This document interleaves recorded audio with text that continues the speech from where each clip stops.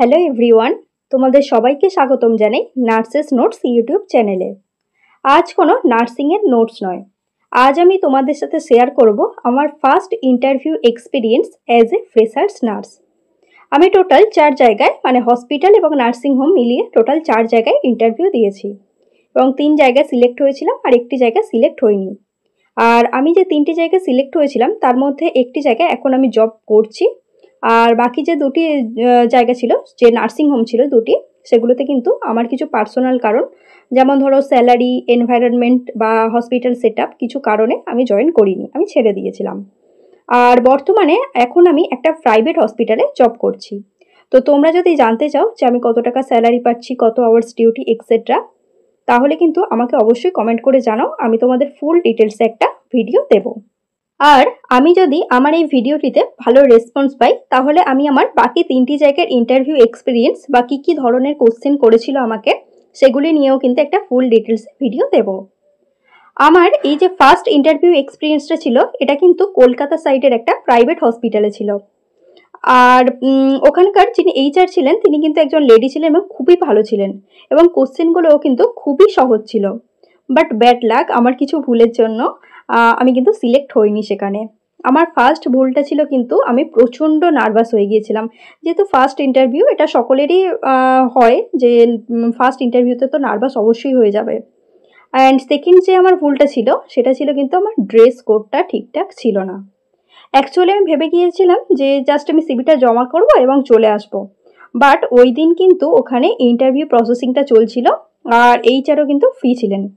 তাই হঠাৎ করেই কিন্তু আমি যখন সিভিটা জমা দিই, তো আমার ইন্টারভিউটা কিন্তু ওখানেই হয়ে গিয়েছিল। তো তোমরা অনেকেই কিন্তু রিলেট করতে পারছো যে ফার্স্ট ইন্টারভিউ, তাও আমার কোনো মাইন্ড সেট আপ ছিল না যে আমি আজকেই গিয়ে ইন্টারভিউটা দেবো। সেখানে তো নার্ভাস হওয়াটা স্বাভাবিকই ছিল। তো যাই হোক, তোমাদের বলি, ইন্টারভিউতে কিন্তু তোমাদের ড্রেস কোডটাও খুব ভ্যারি করে। তো ড্রেস কোডে মেয়েরা কিন্তু অবশ্যই করে কুর্তি এবং লেগিংস পরবে, এবং হেয়ারটা কিন্তু খুব টাইডি করে বেঁধে যেও। আমি আমার পার্সোনাল এক্সপিরিয়েন্স থেকেই তোমাদের সাথে শেয়ার করছি। এবং ছেলেরা কিন্তু ফর্মাল শার্ট প্যান্ট পরে যাবে ইন্টারভিউটা দিতে। তো অ্যাট ফার্স্ট যখন তোমরা ইন্টারভিউ রুমে ঢুকবে, তখন কিন্তু অবশ্যই করে নক করবে যে may I come in ma'am, ই স্যার, যেই থাকবেন। তো নেক্সট ভেতরে ঢুকেই ওরা যখন বলবে যে হ্যাঁ কাম ইন, তো ভেতরে ঢুকেই কিন্তু তাদেরকে আগে উইশ করতে হবে। তো গুড মর্নিং, গুড আফটারনুন, যাই হোক না কেন, সেই রকমভাবে অবশ্যই করে কিন্তু উইশ করবে। নেক্সট কিন্তু অবশ্যই তোমাদের একটা পারমিশন নিতে হবে যে may I sit down ma'am. তো তারপরে কিন্তু তোমাকে তারা বসতে বলবে এবং তোমরা বসবে, এবং তারপরেই কিন্তু তোমার শুরু হবে কোশ্চেন করাটা। একটা র্যাপিড কোশ্চেন হয়, ঠিক আছে, পুরো র্যাপিড ফায়ারের মতো কোশ্চেনটা। মানে আমি যে 3টে জায়গায় দিয়েছিলাম, 3টে জায়গাতেই আমাকে র্যাপিড ফায়ারের মতো কোশ্চেন এসেছিল। তো আমি তোমাদের সাথে যেগুলো শেয়ার করছি, সেগুলো কিন্তু আমার পার্সোনাল এক্সপিরিয়েন্সের ভিত্তিতেই কিন্তু আমি শেয়ার করছি, ঠিক আছে। কারোর ক্ষেত্রে আলাদা হতেই পারে, কিন্তু আমার পার্সোনালি যে এক্সপিরিয়েন্সটা হয়েছে, আমি সেই এক্সপিরিয়েন্সের ভিত্তিতেই কিন্তু তোমাদের সাথে এগুলো শেয়ার করছি। নেক্সট এখন আমি তোমাদের বলি যে আমার first interview question in private hospital. তো যে প্রাইভেট হসপিটালে আমি ফার্স্ট ইন্টারভিউটা দিয়েছিলাম, সেখানে আমার ইন্টারভিউতে কি কি কোশ্চেন করা হয়েছিল। তো একদম ফার্স্ট আমার যে কোশ্চেনটা ছিল যে তুমি কোন স্ট্রিম আর কোন ইনস্টিটিউট থেকে তুমি পাস আউট করেছো। তো আমি বলেছিলাম যে ম্যাম আমি জিএনএম। তো একজন ম্যামই ছিলেন, তো আমি বলেছিলাম যে ম্যাম আমি জিএনএম, এবং আমার ইনস্টিটিউটের নামটা আমি বলেছিলাম। তো তারপরে আমাকে জিজ্ঞাসা করেছিল যে কোন ইয়ারে তুমি পাস আউট। তখন আমি বলেছিলাম যে ম্যাম আমি ফ্রেশার্স, তো আমি এই ইয়ারেই পাস আউট করেছি, মানে 2024-এর ডিসেম্বরে। তখন বলেছিল আচ্ছা ঠিক আছে। তো এই যে ইন্টারভিউটা আমি দিয়েছিলাম, এই ইন্টারভিউটা কিন্তু আমি দিয়েছিলাম জানুয়ারি মাসে, ঠিক আছে, জানুয়ারি মাসের লাস্টের দিকে কিন্তু ইন্টারভিউটা দিয়েছিলাম। আর প্রত্যেকটা ইন্টারভিউতে আমাকে যা যা কোশ্চেন করা হয়েছিল, প্রত্যেকটা ইন্টারভিউর পরে কিন্তু এসে আমি ডায়েরিতে নোট করে রেখেছিলাম, কারণ আমি জানতাম যে এটা কোনো না কোনো দিন কাজে লাগবে। অ্যান্ড দেন নেক্সট কোশ্চেনটা ছিল সেলফ, তোমার একটা ইন্ট্রোডাকশন দাও, মানে সেলফ ইন্ট্রোডাকশন আমার কাছে চাওয়া হয়েছিল। তো আমি একটা সেলফ ইন্ট্রোডাকশন দিয়েছিলাম, কিন্তু আমার নিজের কিন্তু আমি বুঝতে পেরেছিলাম যে আমার সেলফ ইন্ট্রোডাকশনটা দেওয়াটা ঠিক মতো হয়নি, ঠিক আছে। তো আমি তোমাদেরকে যেটা সাজেস্ট করব, ফার্স্ট ইন্টারভিউ তো সেই ক্ষেত্রে আমার কিন্তু খুব ভালোভাবে সেলফ ইন্ট্রোডাকশনটা দেওয়া হয়নি। তো আমি তোমাদেরকে যেটা সাজেস্ট করব সেটা হলো সেলফ ইন্ট্রোডাকশনে অবশ্যই করে তোমার নাম, তোমার বাড়ি কোথায়, মানে তুমি কোন ইনস্টিটিউট থেকে পাস আউট, তার আগে কিন্তু তোমার এইচএস মাধ্যমিক কোন স্কুল থেকে পাস আউট করেছো, সেগুলোও কিন্তু একটা ডিটেলসে বলতে পারো। নেক্সট কোন ইনস্টিটিউট থেকে তুমি পাস আউট, কোন ইয়ারে, দেন তুমি কোন ওয়ার্ডে ইন্টার্নশিপ করেছো, ইন্টার্নশিপে তুমি কী কী শিখেছো না শিখেছো, ডিটেলসে একটা বলে দিও সেলফ ইন্ট্রোডাকশনের মধ্যে। অ্যান্ড দেন নেক্সট কোশ্চেন কিন্তু আমার ছিল ইন্টার্নশিপে কোন কোন কোন কোন কোন ওয়ার্ডে তুমি কাজ করেছো। ঠিক আছে, ইন্টার্নশিপের টাইমে আমি কোন কোন ওয়ার্ডে কাজ করেছি সেই কোশ্চেনটা আমাকে করা হয়েছিল।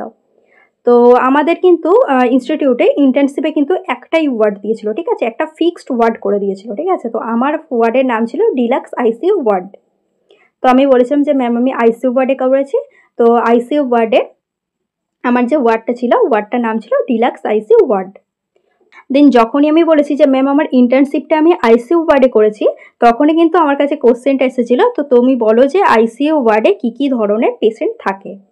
তো আমি তখন বলেছিলাম যে ম্যাম আইসিইউ ওয়ার্ডে বেশিরভাগ COPD, CKD, CVA patient, multiple organ failure, sepsis with septic shock, poisoning, coma, road traffic accident patients, post operative patients, ventilator supported patient, এই ধরনের পেশেন্টরাই কিন্তু বেশিরভাগ আইসিইউতে থাকে। মেনলি ক্রিটিক্যাল যে পেশেন্টসগুলো থাকে সেই ধরনের পেশেন্টগুলো কিন্তু আইসিইউ ওয়ার্ডে থাকে। আর এটা বলার পরে তারপরে আমার যে নেক্সট কোশ্চেনটা ছিল যে আচ্ছা তুমি কি সমস্ত ধরনের ফ্লুইড চেনো এবং ফ্লুইডের কম্পোজিশনগুলো বলতে পারবে। তো আমি তখন বলেছিলাম যে হ্যাঁ ম্যাম আমি পারবো, তো কিছু কিছু হয়তো পারবো না, আমাকে একটু ট্রাই করতে হবে। তখন ম্যাম বলেছিলেন ঠিক আছে তুমি ডিএনএস এর কম্পোজিশনটা বলো। তো ডিএনএস এর কম্পোজিশন তো সবাই জানো, ডেক্সট্রোজ 5% থাকে আর সোডিয়াম ক্লোরাইড কিন্তু 0.9% থাকে। তো আমি কিন্তু তখন বলে দিয়েছিলাম যে ম্যাম এটা ডিএনএস এর কম্পোজিশন ডেক্সট্রোজ 5% আর সোডিয়াম ক্লোরাইড কিন্তু 0.9% থাকে। তখন ম্যাম বলেছিলেন ঠিক আছে।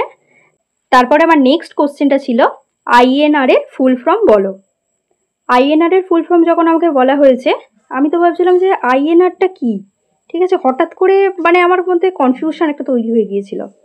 ঠিক আছে, কিন্তু আমার মধ্যে এটা মনে ছিল না যে পিটি আইএনআর এর ফুল ফর্মটা আমাকে জানতে চাওয়া হয়েছিল। ঠিক আছে, তো তখন আমি বলে দিয়েছিলাম যে না ম্যাম আমি পারবো না আইএনআর এর ফুল ফর্ম। ঠিক আছে, হঠাৎ করে স্বাভাবিক আমরা একটা পিটিআইএনআর মানে শুনে শুনে অভ্যস্ত, হঠাৎ করে যদি বলা হয় যে শুধু আইএনআর, তো স্বাভাবিক সবাই একটু অস্বস্তির মধ্যে পড়ে যাবে। তো আমি তখন মানে বলেছিলাম যে না আমি পারবো না। তখন বলছে আচ্ছা তুমি ব্লাড কালেক্ট করোনি কখনো।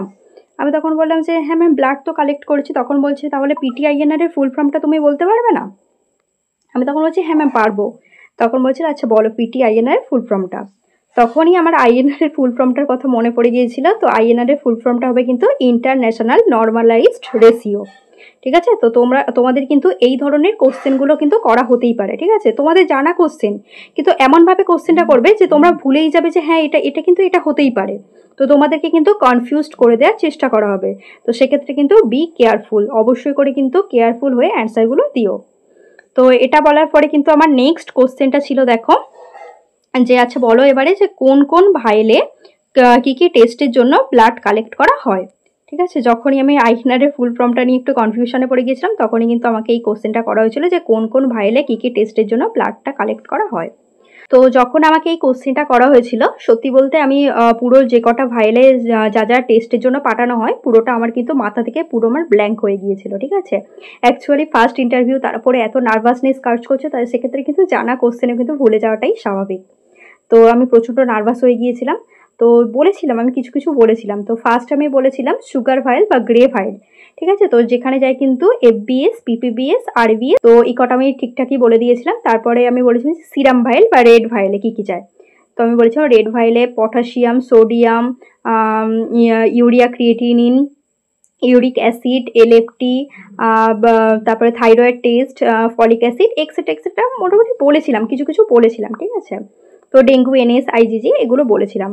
নেক্সট আমি বললাম যে পিটিআইএনআর বা ব্লু ভাইল যেটা, সেই ব্লু ভাইলে কিন্তু মেনলি যায় পিটি বা প্রথম বিন, আর আইএনআর বা ইন্টারন্যাশনাল নর্মালাইজড রেশিও যেটা সেটা যায়। তারপরে ডি1 ফিব্রোজেন যেটা সেটা যায়। তো এগুলো আমি বলেছিলাম। তো নেক্সট আমি বলেছিলাম যে ইডিটিএ ভাইল বা পার্পেল ভাইলে কী কী যায়। পার্পেল ভাইলে আমরা জানি যে মেনলি সিবিসি যায়, হিমোগ্লোবিন যায়, TC, DC, ESR etcetera, peripheral smear, MA, MP, PCV, etcetera etcetera আমি বলে দিয়েছিলাম যে এইগুলোই যায় কিন্তু মেনলি ইডিটিএ ফাইলে। তো এটা এই কোশ্চেনটা শেষ হওয়ার পরেই সঙ্গে সঙ্গে আমার কাছে কোশ্চেন এসেছিলো যে সিওপিডির ফুল ফর্ম বলো আমাকে। তো সিওপিডির ফুল ফর্ম, তো তখন আমি বলেছিলাম যে ma'am chronic obstructive pulmonary disease. তখন ম্যাম আমাকে গুলিয়ে দেওয়ার জন্য আমাকে বলেছিল আচ্ছা ওটা ডিজিজ না ডিস্ট্রেস, ডিজিজ না ডিস্ট্রেস, বারবার আমাকে র্যাপিডলি এই কোশ্চেনটা করে গেছে যে এটা ডিজিজ না ডিস্ট্রেস, ডিজিজ না ডিস্ট্রেস। তো স্বাভাবিক মানুষ একটু কনফিউশনে পড়ে যাবে। তো আমি কিন্তু একটা জায়গাতে স্টে ছিলাম যে এটা ম্যাম ডিজিজই হবে, ঠিক আছে। তো এটা স্বাভাবিক যে সিওপিডির এটা ডিজিজ, তো কিছু কিছু ক্ষেত্রে এতটা প্রেশারাইজড করলে স্বাভাবিক মানুষের গুলিয়ে যাওয়াটা। তো আমি কিন্তু স্টে ছিলাম, তখন ম্যামের ওটা খুব ভালো লেগেছিলো যে হ্যাঁ তুমি ঠিকই বলেছো, এটা সিওপিডিটা ক্রনিক অবস্ট্রাকটিভ পালমোনারি ডিজিজই হবে। তারপরে আমার নেক্সট কোশ্চেনটা ছিল যে কয়েকটা এমার্জেন্সি ড্রাগসের নাম বলো। তুমি যেহেতু আইসিইউ ওয়ার্ডে কাজ করেছো, তো কয়েকটা এমার্জেন্সি ড্রাগসের নাম বলো এবং তাদের মোড অফ অ্যাকশান আমাকে বলো, ঠিক আছে। তো আমি তো তখন একটু অস্বস্তিতে পড়ে গিয়েছিলাম যে এমার্জেন্সি ড্রাগসের নাম তো বলে দিতে পারবো কিন্তু মোড অফ অ্যাকশান তো সবার তো বলতে পারবো না, এটা নিয়ে একটু কনফিউশনে পড়ে গিয়েছিলাম আমি পুরো ক্লিয়ারলি কোনো কিছুরই অ্যান্সারটা মানে এই এমার্জেন্সি ড্রাগসগুলোর কোনোটাই ক্লিয়ারলি অ্যান্সার দিতে পারিনি, জাস্ট একটু একটু একটু করে জাস্ট বলেছিলাম। তো যাই হোক, তারপরে আমি আমার অ্যান্সারগুলো বলাটা শুরু করেছিলাম। ফার্স্ট যে ড্রাগসের নাম আমি বলেছিলাম অ্যাড্রিনালিন। তো অ্যাড্রিনালিনের যে মোড অফ অ্যাকশানসটা আমি বলেছিলাম increased heart rate, raises blood pressure, dilates bronchi etcetera. Next আমি বলেছিলাম অ্যাট্রোপিন। তো অ্যাট্রোপিনটা আমি বলেছিলাম যে ইনক্রিজড হার্ট রেট, এটা অ্যাকচুয়ালি ব্র্যাডিকার্ডিয়া হলে কিন্তু অ্যাট্রোপিনটা দেওয়া হয়। নেক্সট বলেছিলাম অ্যাসপিরিন। তো অ্যাসপিরিনটা দেওয়া হয় ইনহিবিটস প্লেটলেস অ্যাগ্রিগেশন, মানে প্রিভেন্ট ক্লট ফর্মেশন যেটা, সেটাকে প্রিভেন্ট করার জন্য কিন্তু অ্যাসপিরিনটা মেনলি ইউজ করা হয়। নেক্সট আমি বলেছিলাম নাইট্রোগ্লিসারিন। তো নাইট্রোগ্লিসারিনের মোড অফ অ্যাকশনটা কি dilates coronary arteries and reduce myocardial oxygen demand. তো নেক্সট আমি বলেছিলাম ডোপামিন। তো ডোপামিনের মোড অফ অ্যাকশনটা হলো যে লো ডোজটা দেওয়া হয় সেটা increase renal perfusion, increase heart rate, vasoconstriction etcetera কিন্তু ডোপামিন নিয়ে ইউজ করা হয়। নেক্সট আমি বলেছিলাম নর অ্যাড্রিনালিন। তো নর অ্যাড্রিনালিনের মোড অফ অ্যাকশনটা কিন্তু এটা কিন্তু অ্যাকচুয়ালি আলফা-1 অ্যাগনিস্ট, ঠিক আছে, ভ্যাসো কনস্ট্রিকশন আর ইনক্রিজড ব্লাড প্রেশার। তো ব্লাড প্রেশারটাকে ইনক্রিজ করার জন্য মেনলি কিন্তু নর অ্যাড্রিনালিনটা ইউজ করা হয়। নেক্সট বলছিলাম ম্যাগনেসিয়াম সালফেট। তো ম্যাগনেসিয়াম সালফেটটা কিন্তু আমরা মেনলি ইউজ করি এক্লামসিয়া পেশেন্টদের ওপর বা সিজার পেশেন্টদের ওপর কিন্তু আমরা ম্যাগনেসিয়াম সালফেটটা কিন্তু আমরা ইউজ করি। অ্যান্ড নেক্সট আমি বলছিলাম সোডিয়াম বাইকার্বনেট। তো সোডিয়াম বাইকার্বনেটটা কিন্তু আমরা সবাই জানি যে এটা অ্যাকচুয়ালি একটা মেটাবলিক অ্যাসিডোসিসে দেওয়া হয়, ইউজ করা হয়, এবং cardiac arrest with hyper kalaemia হলে কিন্তু আমরা সোডিয়াম বাইকার্বনেটটা ইউজ করি। নেক্সট আমি বলছিলাম হাইড্রোকর্টিসন। তো হাইড্রোকর্টিসনটা আমরা ইউজ করি মেনলি কিন্তু অ্যালার্জিক কোনো রিয়াকশান হলে বা কোনো ইনফ্লামেশন হলে কিন্তু আমরা হাইড্রোকর্টিসনটা ইউজ করি। তো এগুলোই আমি জাস্ট বলেছিলাম নর্মালভাবেই, পুরো ডিটেলসে আমি কোনো কিছুই কিন্তু অ্যান্সার দিতে পারিনি, ঠিক আছে। তো তোমাদের সাথে জাস্ট আমি আমার এক্সপিরিয়েন্সটা শেয়ার করছি, যে কারণে আমি কিন্তু তোমাদের সাথে পুরো অ্যান্সারটা আমি তোমাদের বলতে পারছি না এই মুহূর্তে, তাহলে ভিডিওটা কিন্তু অনেকটা লেন্দি হয়ে যাবে। তো নেক্সট আমাকে কোশ্চেনটা করা হয়েছিল যে সিপিআর এর ফুল ফর্ম বলো, ঠিক আছে। সিপিআর এর ফুল ফর্মটা আমাকে কিন্তু বলতে বলা হয়েছিল। তো সিপিআর এর ফুল ফর্মটা হলো কার্ডিও পালমোনারি রিসাসিটেশন। তো নেক্সট এটা বলার পরে আমাকে কোশ্চেনটা করা হয়েছিল যে সিপিআর এর ফুল প্রসিডিওরটা আমাকে তুমি ডিটেলসে বলো। তো তারপরে আমি সিপিআর এর যে ফুল প্রসিডিওরটা কিন্তু বলাটা স্টার্ট করেছিলাম। তো আমি বলেছিলাম যে ম্যাম সিপিআর যে প্রসিডিওরটা সেটা কিন্তু সিএবি ফরম্যাটে কিন্তু আমরা মেনলি সিপিআরটা দিই। তো সি মানে কম্প্রেশন, আর এ মানে এয়ারওয়ে, আর বি মানে হলো ব্রিদিং। তো ফার্স্ট যে কম্প্রেশন বা চেস্ট কম্প্রেশন যেটা, সেটাতে ফার্স্ট আমরা দেখব চেক রেসপন্সিভনেস, মানে পেশেন্ট সাড়া দিচ্ছে কিনা সেটা কিন্তু আমাদের চেক করতে হবে। Next check pulse and breathing, ঠিক আছে। যদি পালস বা ব্রিদিং কোনো কিছু না থাকে তাহলে কিন্তু আমাদের সিপিআরটা দেওয়া স্টার্ট করতে হবে। তো সিপিআরটা দেওয়ার জন্য first 2 finger in the diaphragm, next 4 finger, then হচ্ছে বাম হাতের উপরে কিন্তু ডান হাত দিয়ে কিন্তু আমাদের কম্প্রেশনটা দেওয়া স্টার্ট করতে হবে। নেক্সট হলো গিভ 30 চেস্ট কম্প্রেশন। তো 30টা চেস্ট কম্প্রেশন কিন্তু দিতে হবে, যেটার ডেপথ থাকবে কিন্তু কমপক্ষে 5 to 6 সেন্টিমিটার বা 2 to 2.5 ইঞ্চিস, বা এবং রেটটা থাকবে 100 to 120 compressions per minute, R allow full chest recoil after each compressions. Next হলো এ বা এয়ারওয়ে। তো open the airway using the head tilt and চিন লিফট মেথড। তো হেড টিল্ট অ্যান্ড চিন লিফট মেথডে কিন্তু আমাদের এয়ারওয়েটা ওপেন করতে হবে। নেক্সট, ইফ দ্য নেক জ ইঞ্জুরি সাসপেক্টেড ইউজ জ thrust method using without head tilt.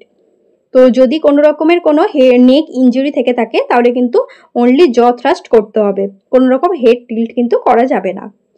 Next হলো ব্রিদিং। তো ব্রিদিং এর জন্য কিন্তু আমাদের আম্বু ব্যাগ ইউজ করতে হবে। তো আম্বু ব্যাগ যেটা, সেটা কিন্তু ধরার একটা পদ্ধতি আছে। তো সি অ্যান্ড সি ই সেভ করে কিন্তু আম্বু ব্যাগটা ধরে একবার একটা ব্রিথ দেওয়ার পরে 1 থেকে 5 সেকেন্ড গোনার পর আবার কিন্তু আরেকটা ব্রিথ দিতে হবে, ঠিক আছে? একসঙ্গে কিন্তু দুবার কিন্তু ব্রিথ দেওয়া যাবে না। এভাবে কিন্তু 5টা সাইকেল কমপ্লিট করার পরে আমরা আবার পালসটা চেক করব। তো এটাই হলো সিপিআর এর ফুল প্রসিডিওর, ঠিক আছে? তো তারপরে আমাকে নেক্সট যে কোশ্চেনটা করা হয়েছিল যে আইএম ইঞ্জেকশনের সাইটগুলো বলো, ঠিক আছে? সিপিআর এর প্রসিডিওর যে ফুল প্রসিডিওর সেটা শেষবারে আমি সবে শেষ করেছি। নেক্সট আমাকে কোশ্চেনটা করা হয়েছিল যে আইএম ইঞ্জেকশনের সাইটগুলো। তো আইএম ইঞ্জেকশন দেওয়ার কিন্তু টোটাল 4টে সাইট আছে, ঠিক আছে? তো আমি কিন্তু সেই মুহূর্তে বলতে পেরেছিলাম 3টে সাইট, ঠিক আছে?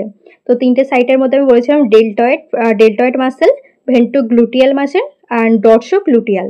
আর নেক্সট যেটা ভাস্টাস ল্যাটারালস সেটা কিন্তু আমি বলতে পারিনি, ঠিক আছে? সেই মুহূর্তে আমি পুরো ব্ল্যাঙ্ক হয়ে গিয়েছিলাম। হঠাৎ করে সিপিআর এর ফুল প্রসিডিওরটা ভেবে ভেবে বলার পরে হঠাৎ করে যদি আইএম ইঞ্জেকশনের সাইটগুলো ধরা হয়, স্বাভাবিক সবাই ব্ল্যাঙ্ক হয়েই যাবে।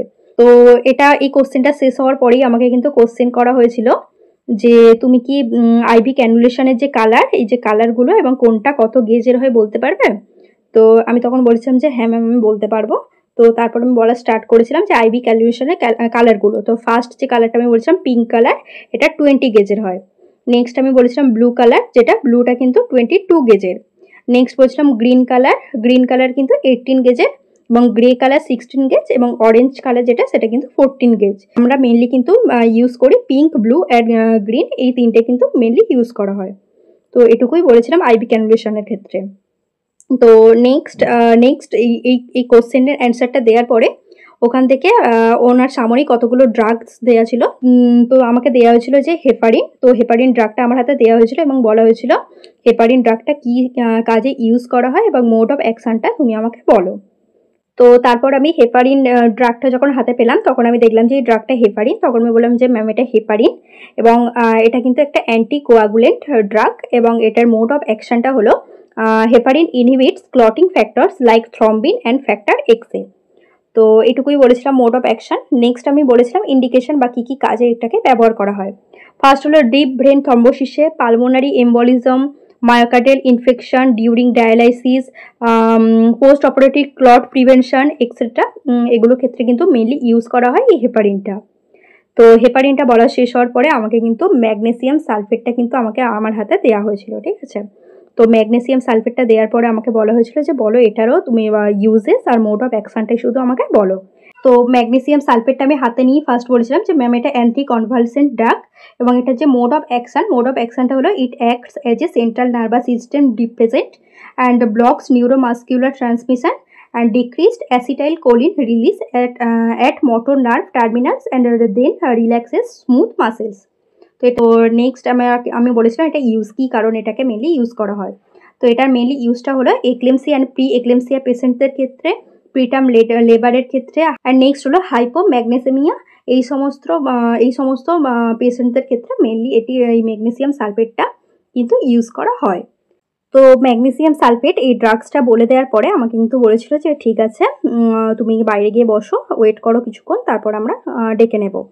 তো এটুকু বলা হয়েছিল। তো তারপরে আমি তোমাদের সাথে একটা কথা শেয়ার করি যে আমি কিন্তু বারবার এতটাই নার্ভাস হয়ে যাচ্ছিলাম, ঠিক আছে? প্রচণ্ড ঘেমে যাচ্ছিলাম, অ্যান্ড যে কথাগুলোর মধ্যে প্রচণ্ড উত্তেজনা ভাবছিল। তো ম্যাম আমাকে বলছো রিল্যাক্স, এখানে রিল্যাক্স, কোনো তাড়াহুড়োর কিছু নেই, তুমি তোমার মতোভাবে যতটুকু পারবে তুমি তোমার মতোভাবে বলো, ঠিক আছে? আমি বুঝতেই পেরেছিলাম ওখানে যে আমার এই নার্ভাসনেস আর যে ড্রেস কোডের জন্যই কিন্তু আমি সিলেক্টটা হব না, ঠিক আছে? তো আমাকে বাইরে বসতে বলা হয়েছিল। তো কিছুক্ষণ পরে একজন এলো, তো এসে বলল যে তুমি যদি সিলেক্ট হও তাহলে তোমাকে কল করে ডেকে নেওয়া হবে, ঠিক আছে? তো তারপরে কিন্তু আমার কাছে কোনো রকম কোনো কলও আসেনি। তো এটুকুই ছিল আমার ফার্স্ট যে ইন্টারভিউ এক্সপিরিয়েন্স, আমি পুরোটাই তোমাদের সাথে শেয়ার করলাম। যদি ভিডিওটি ভালো লাগে থাকে তাহলে ভিডিওটির একটি লাইক করে দিও এবং ফ্রেন্ডসদের সাথে শেয়ার করো, এবং অবশ্যই করে আমার চ্যানেল নার্সেস নোটকে সাবস্ক্রাইব করতে ভুলো না এবং বেল আইকনটিও কিন্তু প্রেস করে দিও। দেখা হচ্ছে নেক্সট ভিডিওতে। ধন্যবাদ।